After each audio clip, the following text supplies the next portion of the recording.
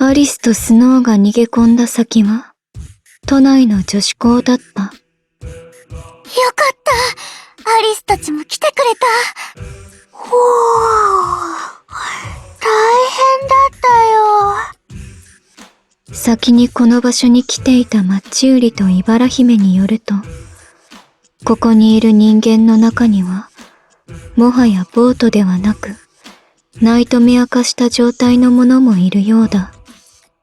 ほら、あそこにいる人とか。白く光る目と足元には黒い影。スノーは先陣を切り、狂気に落ちた異形に踊りかかる。間違いない。これは倒すべき敵だ。やっ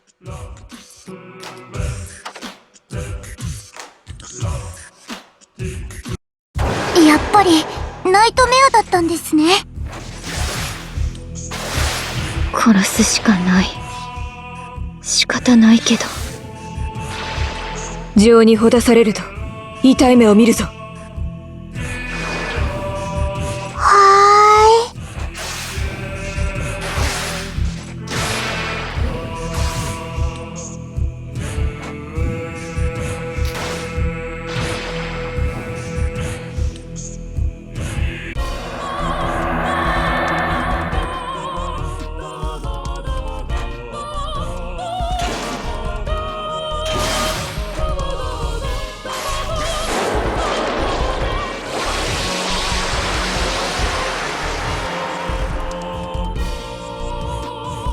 倒した相手に同情などしない。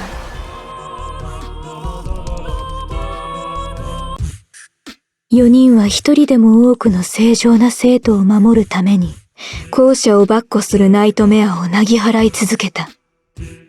だが、校舎を上から下まで探索しても、正常な人間と遭遇することはなかった。遅かったか。スノーが唇を噛みしめた。その時。よかった。まだ無事だったんだな。清潔感のある笑顔を浮かべた男性教師が校庭から4人に手を振っている。生徒たちは体育館に避難した。君たちも早く来るんだ。救うことができる命があることを知った4人は体育館へ向かうことにした。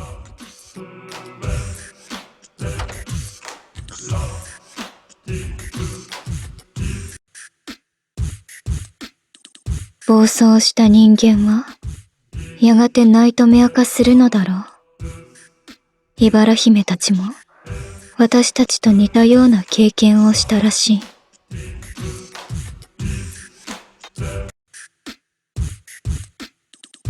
脱毛に歯列矯正、ブランド物の財布、全部親の金じゃない。所詮親ガチャ SSR だっただけ。あなた自体に価値なんてない。そんな命に価値なんてない。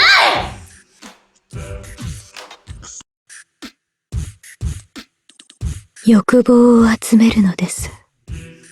ニシンとアンキがことあるごとに言っていた言葉を思い出す。ナイトメア化した生徒たちもきっと欲望に飲み込まれたのだろう。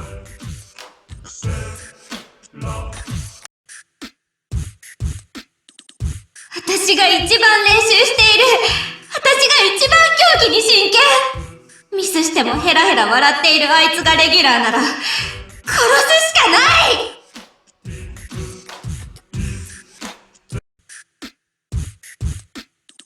学校って嫌なところ。同じような人が集まっているのに、みんな自分と誰かを比べて、少しでも劣ったところがあれば、見下している。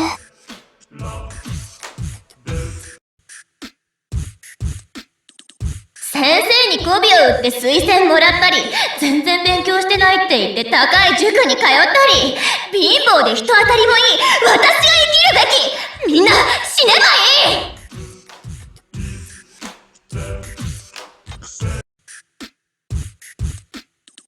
むせ返るような欲望の香り。私は同じ匂いのする場所を知っています。かつてマッチを売っていた場所も暗くよどんだ腐臭がしていました。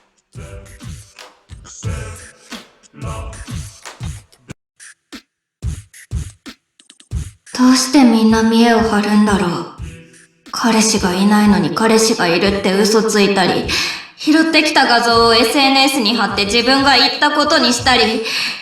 みんな、おかしい。殺した方がいい。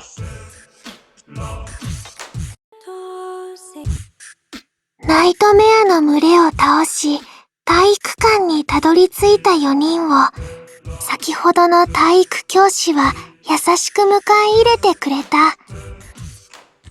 彼は生徒に慕われているのだろう。暴走の兆候がある生徒も、なんとか理性を保ち、体育館内の規律は維持されていた。しかし、その均衡は簡単に破られた。君、怪我をしているじゃないか。そう言って教師がアリスの頬の傷を自前のハンカチで拭った瞬間、体育館内を欲望の気配が埋め尽くす。抜け駆け禁止。背いた者には死を。生徒たちのナイトメア化は急速に進行し、群れをなしてアリスに牙を向いた。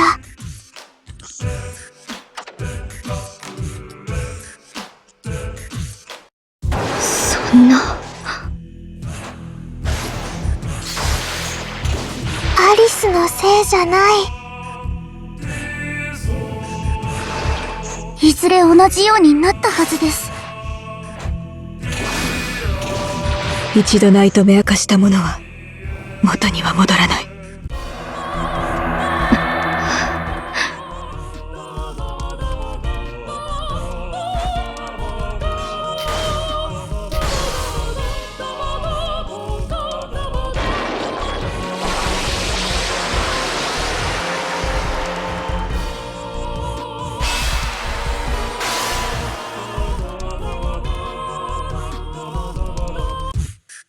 4人は次々と生徒たちを切り捨てる。